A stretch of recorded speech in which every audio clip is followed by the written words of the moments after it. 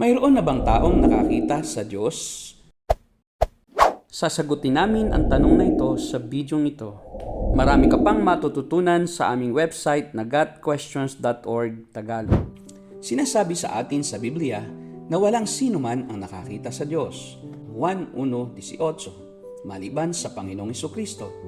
Sa Exodo 33:20, sinabi ng Diyos, "Hindi mo makikita ang aking mukha, sapagkat hindi maaaring makita ako ng tao at mabuhay."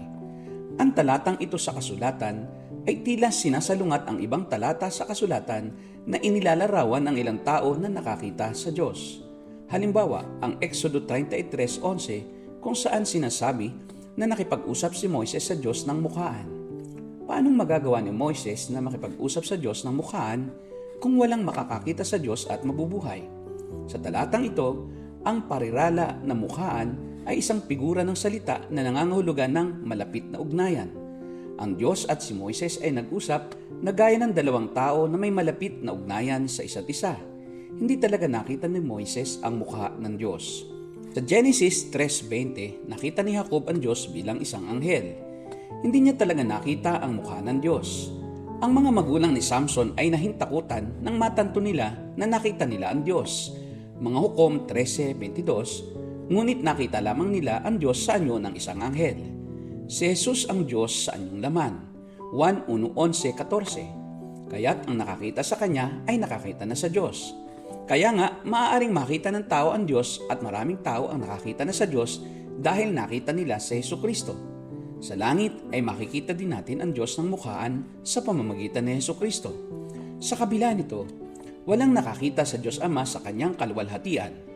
Sa ating makasalanang kalagayan, kung ang Diyos ay tunay na ihahayag ang Kanyang sarili sa atin, tayo ay mapupugnaw. Kaya nga, kailangang ikubli ng Diyos ang Kanyang sarili sa anyo na maaari natin siyang tingnan at makita. Ngunit malaki ang pagkakaiba nito sa pagkakita sa Kanya sa Kanyang kaluwalhatian at kabanalan.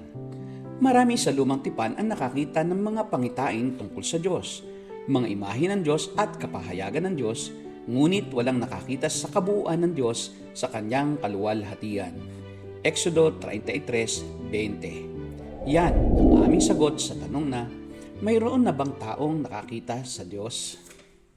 Sa aming website na gotquestions.org Tagalog, mababasa mo ang pagtalakay sa iba't ibang paksa at mga inirerekomenda naming babasahin.